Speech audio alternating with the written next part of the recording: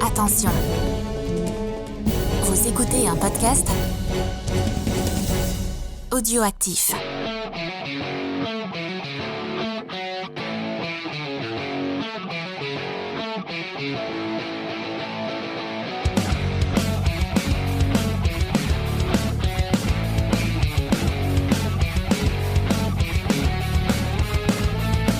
Bonjour à tous et bienvenue dans ce mini-sphère, épisode dans lequel je vais vous parler des années 1970 et plus particulièrement des magazines noirs et blancs publiés par Marvel dans ces années-là. Avant de parler magazine, un petit retour en arrière s'impose. Nous sommes en 1961 et Stan Lee révolutionne littéralement le médium avec le lancement de Fantastic Four numéro 1, puis de Spider-Man, les X-Men, ainsi que les créations de Hulk, Thor, Iron Man et j'en passe. Le genre super-héroïque devenu désuet après la Seconde Guerre mondiale revient en force. C'est ce que l'on appelle aujourd'hui l'âge d'argent du comics. Marvel, qui était au bord de la banqueroute, renaît et va connaître une progression constante année après année. Arrive 1968 et Marvel va commencer à vouloir étoffer son catalogue et augmenter son volume de parution. Les ventes étaient en hausse et les nouvelles créations de Stan Lee commençaient lentement mais sûrement à entrer dans l'inconscient collectif. Stan Lee a alors dans l'idée de développer des histoires un peu plus matures et des séries vont être créées alors pour aller dans ce sens, comme la très mélancolique série consacrée au Silver Surfer ou la série d'espionnage Nick Fury Agent of S.H.I.E.L.D. de Jim Steranko.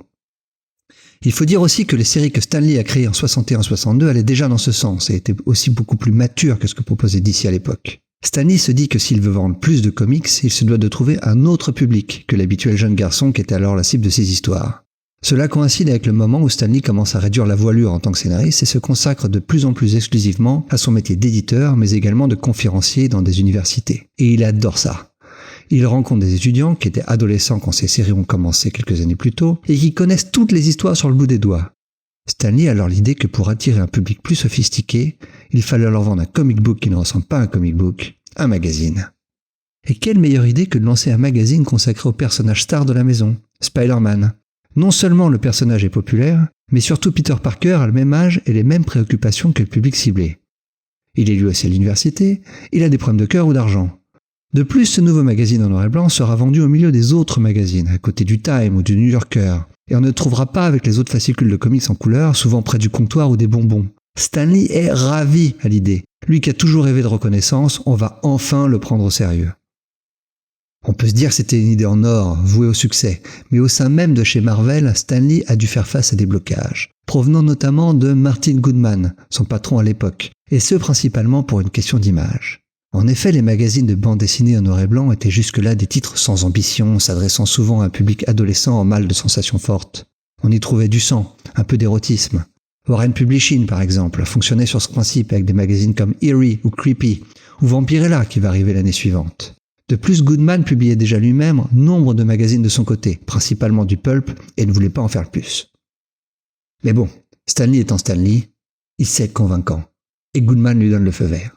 Lee confie le dessin à son dessinateur star sur Spider-Man, John Romita, et va raconter une histoire de corruption lors de campagnes politiques.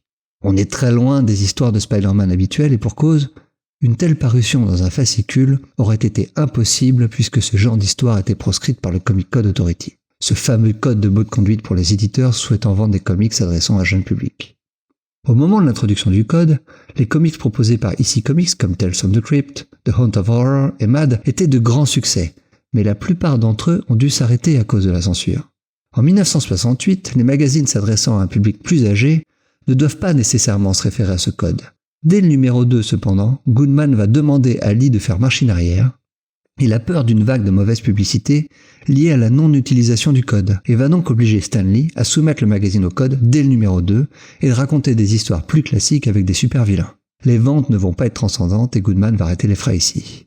Une autre raison avancée par Roy Thomas quelques années plus tard était le fait que les magazines étaient très mal, voire non distribués à l'étranger, et notamment au Canada, qui représentait tout de même 10% des ventes de Marvel Comics. Lee va néanmoins garder son idée dans un coin de sa tête et va revenir au magazine quelques années plus tard en 1973. Goodman est alors à la retraite et Stan Lee, seul aux affaires, revient à son idée de magazine en noir et blanc, avec comme objectif d'imiter le succès des bandes dessinées de la EC Comics des années 50 et surtout de concurrencer Warren Publications, qui cartonne avec ses Creepy, ses Eerie et même Blazing Combat, qui depuis des années qui reprenait le style et l'esprit de EC. Marvel, de son côté, avait déjà essayé de publier des comics dans ce style, comme Tower of Shadows, Chamber of Chill, Supernatural Thrillers, mais avec peu de succès, probablement à cause de la censure du code. Si Warren réussit dans ce marché de niche, Marvel se doit de s'y engouffrer. Cette stratégie agressive a fonctionné sur le marché des super-héros aux dépens de DC, il n'y a pas de raison que cela ne fonctionne pas avec les magazines. De 1973 à 1977, Marvel va lancer 18 magazines qui vont du magazine de monstres à l'heroic fantasy en passant par un magazine consacré à l'univers de la planète des singes. Une des bizarreries de l'époque fut Comics Book, un magazine publié par Marvel, donc faisant la part belle aux comics underground. On y trouve même 3 pages d'Art Spiegelman datant de 1972 qui sont les prémices de ce que deviendra Mouse. Le magazine ne va durer que 5 numéros, principalement pour des questions de droit. Marvel voulant détenir les droits des planches publiées, droits que les artistes indépendants n'étaient pas prêts à lâcher. Mais cette gamme de magazines était vouée à l'échec. Stan Lee va faire des erreurs, et ce dès le début.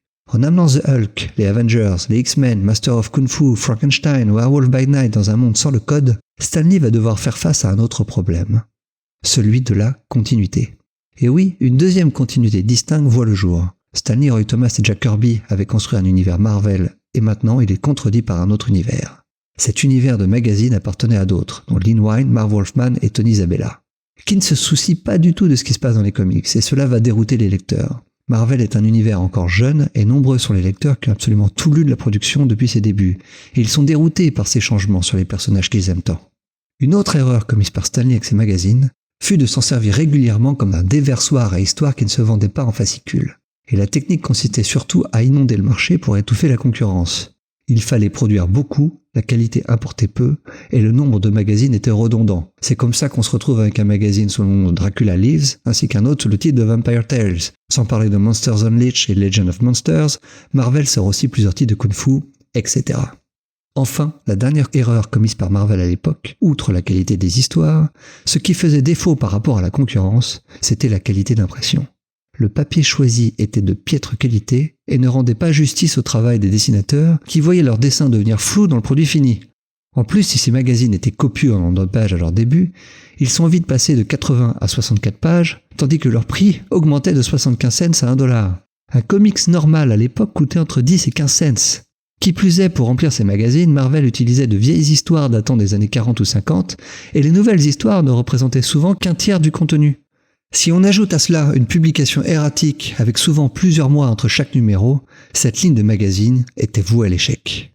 Pour la plupart de ces magazines, l'aventure va durer de 73 à 77 à l'exception de 4 titres qui continueront après cette date. Crazy, Marvel Preview, Hulk et bien sûr Savage Sword of Conan.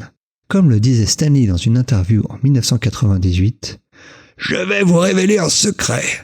Chaque fois qu'un livre est annulé, quelle que soit la raison que X ou Y va vous donner, c'est uniquement parce que le titre ne se vendait pas assez bien. » Voilà, c'en est fini pour ce mini-sphère. J'espère que l'épisode vous a plu. Si c'est le cas, revenez le mois prochain.